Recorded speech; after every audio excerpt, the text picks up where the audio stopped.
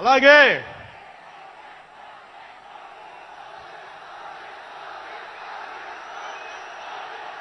చేద్దాం చేద్దాం వస్తుంది. ఇందాక స్టేజ్ పైకి వచ్చేటప్పుడు కిందకి వెళ్ళాం, మళ్ళీ సభ ముందు చాలా సినిమాలు ఆపండి చాలు. ఓజీ చాలు ఓజీ చాలు.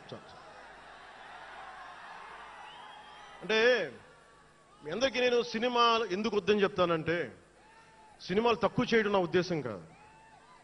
మీరు ఓజీ సినిమాకి వెళ్ళి జనసేన జిందాబాద్ అని ఎలా అనకూడదు, ఇక్కడికి వచ్చి సినిమా ఎందుకు అనకూడదంటే, ప్రాణాలు తెగించినారు ఇక్కడ వాళ్ళందరూ, ఇక్కడ జన సైనికులు.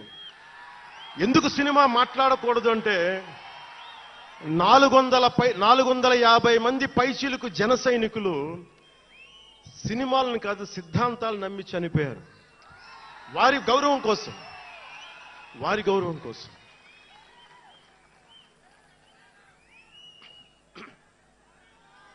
ఇందాక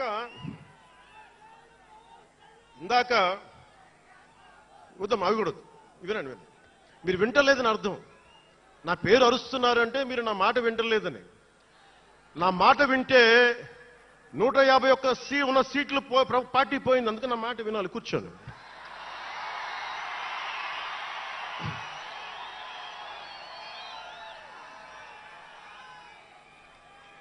ముందుగా నేను 11 సంవత్సరాల క్రితం పార్టీ పెట్టినప్పుడు, ఈరోజు మీకు డేటాలు చెప్పను, ఎన్డీఏ ప్రభుత్వం గురించి వీటిని చెప్పలేను.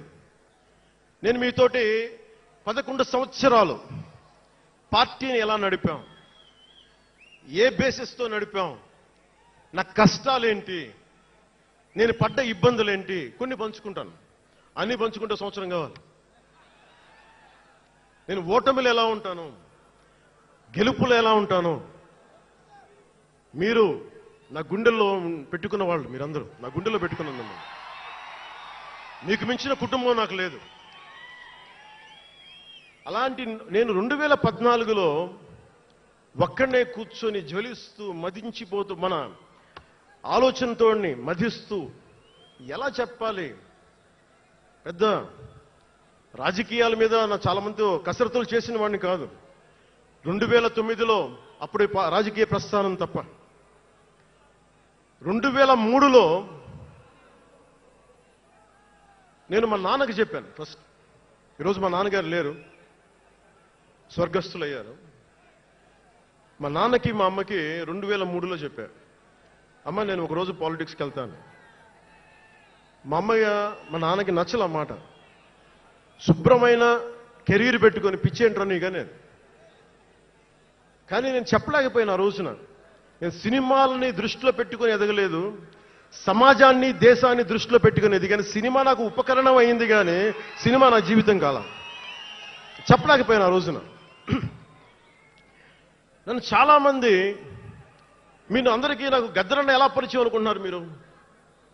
రాజకీయాల ద్వారా కాదు.